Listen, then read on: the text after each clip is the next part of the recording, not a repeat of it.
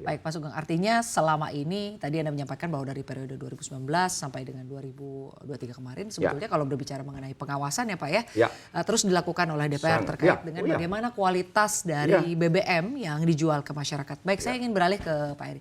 Pak Eri, terkait dengan temuan dari Kejaksaan Agung ya Pak, bahwa ada BBM yang dijual ke masyarakat ini tidak sesuai dengan standarnya begitu ya. Bahkan ada isu juga, ada oplosan nih Pak yang ternyata dijual ke masyarakat.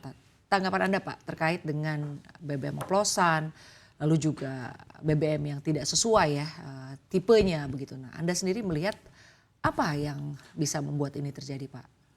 Pertama-tama ini kan kami dengar dari media adanya perkara tata kelola minyak mentah di PT Pertamina. Dan judul siaran pers daripada Kejaksaan Agung pada hari Rabu kalau tidak salah itu, atau Selasa itu menyatakan bahwa ini adalah perkara korupsi, tindak pidana korupsi tata kelola minyak mentah di Pertamina yang menyebabkan kerugian yang sangat besar. Ini saya bacakan press release-nya, yaitu minyak mentah itu sebesar berapa triliun gitu ya, ada di sini ya. Kemudian ekspor. Jadi minyak mentah yang harusnya dimasukkan ke kilang dalam negeri sesuai Permen 42 tahun 2018 dan perubahannya 2021, harusnya minyak mentah itu yang sebesar 600.000 barel per hari ini produksinya masuk ke kilang dalam negeri. Tapi kan ada spesifikasi kilang, jadi nggak dimasukkan semua, sebagian besar diekspor. Kerugian impor minyak mentah yaitu sebesar 2,7 triliun, ekspor minyak mentah 35 triliun, impor BBM melalui broker 9 triliun, dan kerugian pemberian kompensasi tahun 2023 126 triliun. Itu tahun 2023. Kerugian pemberian subsidi tahun 2023 21 triliun. Nah, ini kan harus dibuktikan di pengadilan. Ya. Ini baru fakta hukum yang ditemukan oleh Kejaksaan Agung. Nah, melenceng kepada oplosan dari perkara tata kelola minyak tanah, judul besar daripada korupsi, melenceng ke oplosan. Karena ini dijadikan bahan di netizen, di dunia maya.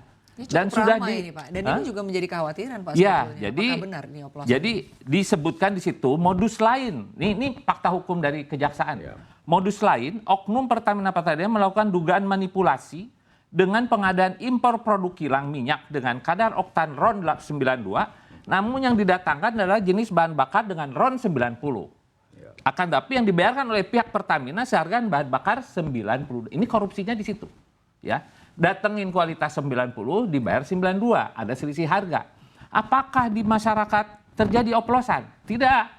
Ya, ini saya katakan tidak, kenapa? SPBU itu garda terdepan daripada PT Pertamina Persero, itu sudah jelas ada nozzle Pertalite, ada nozzle Pertamax. Jadi kalau pengguna kendaraan bermotor roda 2, roda 4 datang ke SPBU, tinggal pilih, Bapak mau isi Pertamax apa isi Pertalite? Oh, kalau Pertalite, nozzle Pertalite warna putih. Kalau Pertamax warna nozzle biru, masuk ke lubang tangki BBM tuh Pertamax. Jadi di masyarakat tidak terjadi oplosan. Ya. Yang terjadi adalah kasus hukum di Pertamina yang memanipulasi data dan pembayaran yang dibayarkan oleh pemerintah kepada Pertamina. Karena ada unsur subsidi, ada APBN di situ. Baik, Eri. Ya. Saya ingin ke Pak Eri. Menarik tadi Anda menyampaikan bahwa sebelum dijual ke pasar begitu Pak ya, ini BBM yang ada di pasaran ini kan dilakukan blending terlebih dahulu. Dan ini adalah hal yang sebetulnya biasa ya, boleh dikatakan, mungkin bahkan perlu dilakukan.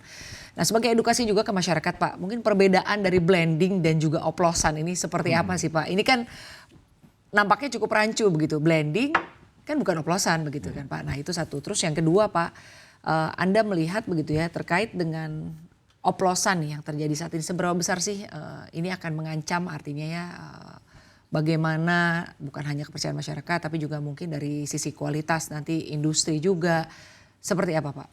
Ya, juga. Tadi pagi saya udah cek ke teman-teman di Hiswana Migas di pengusaha SPBU, sudah mulai sepi SPBU Pertamina, sudah beralih ke SPBU tetangga, ke kompetitor, dan itu di Jabodetabek ada 700 SPBU. Jadi ini adalah masif perubahan atau pergeseran ini karena nanti akan beralih dari Pertamina ke non Pertamina, dari Pertamax ke Pertalite. Nah ini kan kalau ke Pertalite berarti kan jebol lagi nih APBN kita karena Pertalite ini RON 90 harganya 10.000, ini dikompensasi atau disubsidi oleh pemerintah. Nah Judul daripada CNBC hari ini adalah geger BBM oplosan, jadi bola liar menggerus kepercayaan. Ini sangat tepat. Kepercayaan kepada siapa? Kepercayaan konsumen kepada Pertamina, ya. Nah, ini yang menjadi PR kita supaya kita bisa mengembalikan kepercayaan. Karena apa? Di SPBU itu sebetulnya setiap hari begitu bongkar BBM dari mobil tangki itu harus diambil sampling. Bayangkan Pertamina itu ada 8 jenis produk, ya. 3 untuk solar, 5 untuk gasolin. Ini terlalu banyak juga memang. Saya udah minta Pertamina untuk simplifikasi sederhana. Ya, mulai dari Pertalite, Pertamax 92, Pertamax 95, Pertamax Turbo. Sekarang ada Pertamax Green. Ada solar biofuel yang dicampur dengan FAME. Dicampur loh, ini dioplos, di blending berarti. Kok boleh?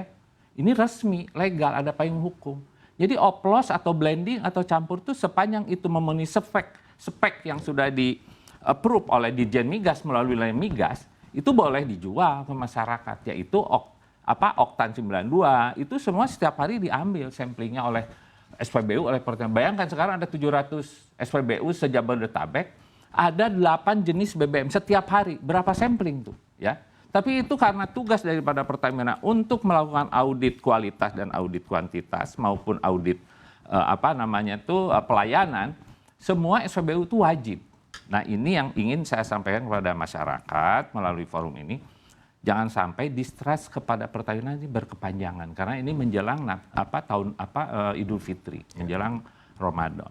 Selama puluhan tahun Pertamina menjaga distribusi dan kualitas terhadap masyarakat. Baru kali ini distrustnya itu menggelembung sehingga menjadi drama yang menyeramkan begitu. Padahal ini kan sebetulnya harus menjadi evaluasi kita bersama, introspeksi kita bersama. Oke, kasus korupsinya tetap diselesaikan, dituntaskan sampai ke pengadilan.